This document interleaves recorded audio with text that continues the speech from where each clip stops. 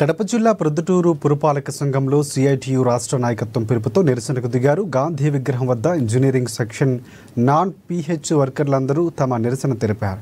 Anantapuram municipal corporation engineering సెక్షన్లో water supply విభాగంలో పనిచేస్తున్న గౌరీ శంకర్పై అక్రమ కేసులు పెట్టి ఉద్యోగంలో నుంచి తొలగించడం, గుంటూరు కార్పొరేషన్లో పబ్లిక్ హెల్త్ వర్కర్ను కార్పొరేటర్ అసభ్య పదజాలంతో దూషించడంపై ఆగ్రహం వ్యక్తం చేశారు. ఇక మున్సిపల్ వర్కర్లను వ్యక్తిగతంగా దూషించడం తగదని వెంటనే ఆ సంబంధిత కార్పొరేటర్ క్షమాపణలు చెప్పాలని ఇంజనీరింగ్ సెక్షన్ సిఐటియు అధ్యక్షులు విజయ్ కుమార్ డిమాండ్ చేశారు. నాన్ పిహెచ్ వర్కర్ గౌరీ శంకర్పై అక్రమ చర్యలను ఆపాలని కూడా లేని పక్షంలో ఆందోళన ఉధృతం చేస్తామని హెచ్చరించారు.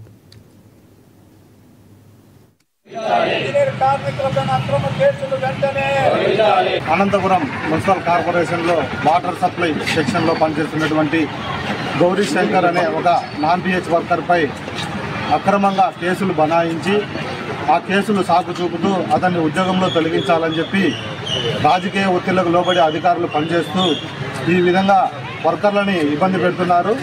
అలాగే గుంటూరు కార్పొరేషన్లో పబ్లిక్ హెల్త్ వర్కర్గా పనిచేస్తున్నటువంటి పద్మ అనే వాళ్ళను కూడా కార్పొరేటర్లు అసభ్యంగా దూషించారని చెప్పి ఈ రెండు విషయాలపై సిఐటియు రాష్ట్ర కార్యవర్గము సూచనల మేరకు ఈ పొద్దు అన్ని పురపాలక సంఘాలలో మస్టర్ పాయింట్ల వద్ద నిరసన కార్యక్రమం చేపడుతున్నామండి.